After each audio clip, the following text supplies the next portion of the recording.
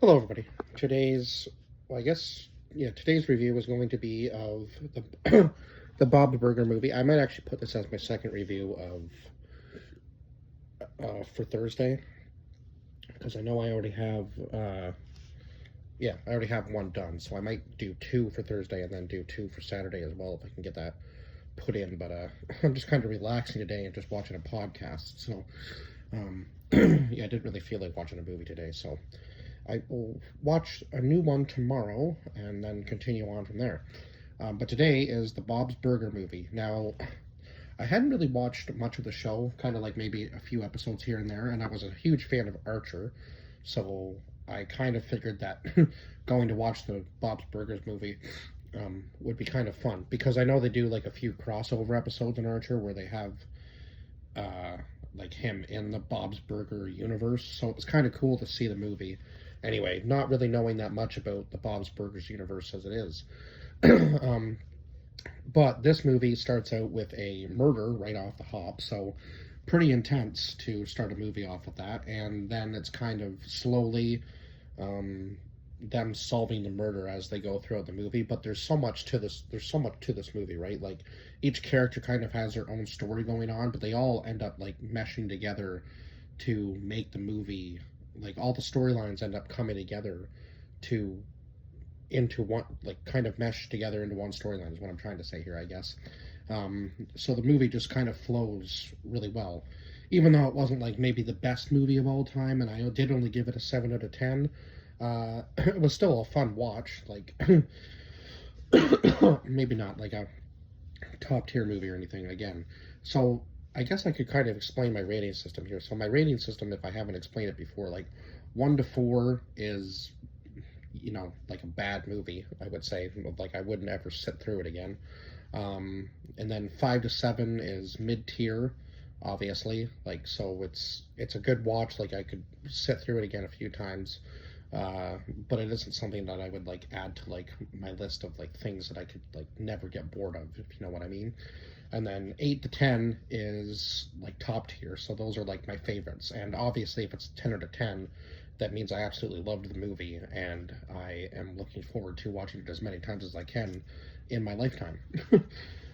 So yeah, I guess that kind of explains my rating system as best as I can anyway. So in this movie, the I guess the victim is Cotton Candy Dan. He was a carny.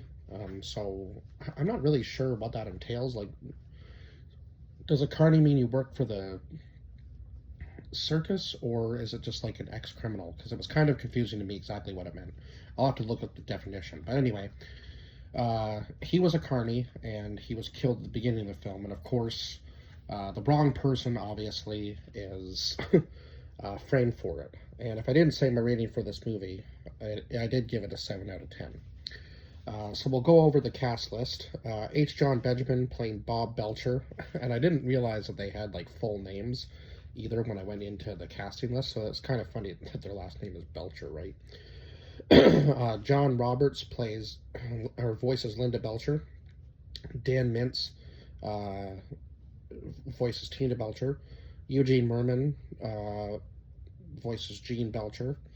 Kristen Skull or Scowl, maybe Kristen Scowl. I hope I'm pronouncing that right. Play our voices Luis Belcher, David David Wayne versus Grover Fishoder, Zach Galifianakis versus Felix Fishoder, Kevin Kline versus Kevin Kline voices Kelvin Fishoder, Larry Murphy voices Teddy, and Gary Cole was the voice of Sergeant Bosco. So each of these characters was the most important as far as I thought, yeah, as far as the film goes. Wow, I think I have a frog in my throat this morning. I don't know what it is. But anyway, so yeah, Cotton Candy Dan is killed, and then of course, um, oh my God, they're trying to get their restaurant from going completely bankrupt, right? They owe the bank a lot of money. They're late on their loan payment, so it seems that Bob and Linda are trying to come up with some sort of plan to make the money within a week. And of course, then all of a sudden, this giant sinkhole forms outside the restaurant. and then they find out that the dead body is in the sinkhole after Louise tries to prove that she's not a baby after she was called a baby at school. She tries to prove that she's a big girl, I guess, because she's trying to prove that she's brave, that she doesn't need to wear the hat with the ears on it all the time, constantly, because I guess she thought that her parents gave it to her because she was scared of going into preschool, I think was what it was, and then um, yeah, they gave her the hat, and she was brave ever since, right? So she's never taken it off, which is kind of funny that that the hat just kind of stayed the same size, or she stayed the same size since preschool. I'm not really sure which. And then, of course, Tina is, I guess, the older of the three siblings, or the oldest of the three siblings, I should say. And she's kind of slowly falling in love with this other kid at school, wants to make him her summertime boyfriend, and she has these bizarre like fantasies about him, like riding on horseback and so on and so forth, and the sexy zombies thing I thought was kind of funny, especially like the after the post-credit scene or whatever, where it's just her and her new boyfriend riding on the horse with all the sexy zombies, and I was like, oh my god, this is ridiculous. But yeah, so the humor in this was very kind of like I don't really know how to explain it. It's just bizarre humor, but it works for this animation. So yeah, they find the skeleton in the hole, and then of course, obviously, now there's a whole criminal investigation going on as to who the body is, and of course, when they find out, unfortunately, the wrong fish odor gets blamed for the crime. So it was Kelvin that gets blamed for the crime, who just happens to be Bob and Linda's landlord, which is not good, because they owe the bank money, and they also are trying not to pay him rent so they can give the bank the money that they owe them. And now he's being accused of the crime, right? Now he does, I guess, set his own bail or whatever, or he pays his own bail. I'm not really exactly sure. I think Felix was the one that actually bailed him out. But anyway, now him and Felix are planning to flee the country. And of course, Grover has other ideas because he is the one that killed Cotton Candy Dan.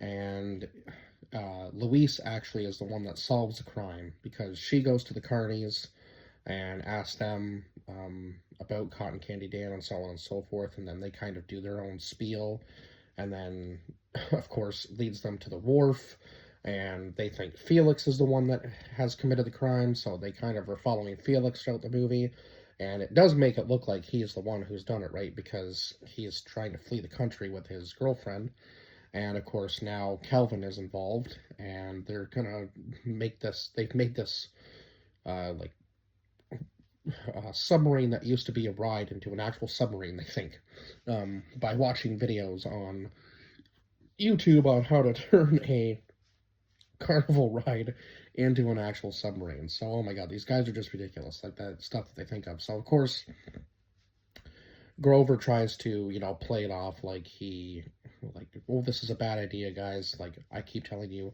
as your lawyer, not to do this. So, also, Grover is their cousin, so he is also their lawyer, which is absolutely crazy. So, just a complete family affair through and through.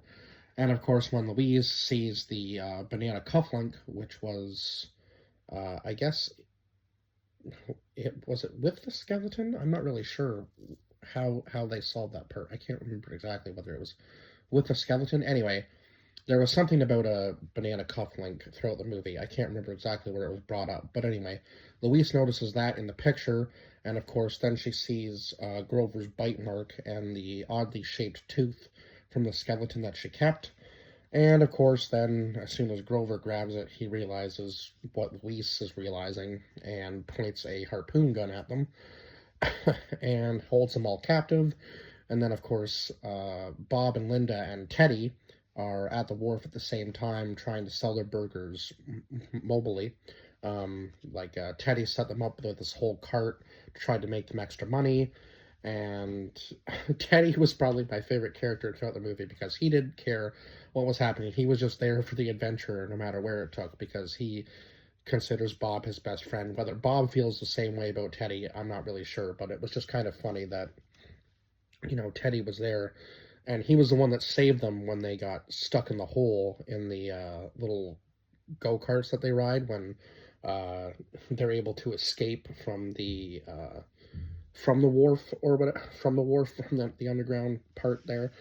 Uh, Now, of course, it was funny Grover's plan trying to go back to the gym to make it look like he had been there the whole time, and then the cop throughout the entire movie, Sergeant Bosco, that was supposed to be part of like robbery, like the robbery section, not the homicide section, ends up being the first one there to arrest Grover, and he rubs it in everybody's faces. He's like, "I beat you here, I beat you, ha, even beat you." So it was just like, even though that's not his department or his jurisdiction, I guess, technically. Yeah, he was always the one who wanted to be first to the scene no matter what. So it was just kind of funny. And of course, Grover goes, "Oh crap!" Like as soon as he realizes that he's been caught.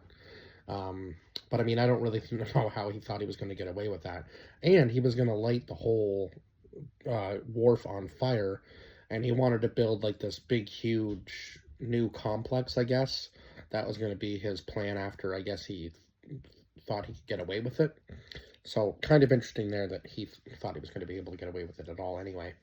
Because eventually, yeah, eventually, if you're trying to kill too many people, I think stuff's going to start to come back on you. And of course, obviously, once I think it was Teddy that called the cops, it was pretty obvious that the cops were going to show up and arrest Grover for what he had done.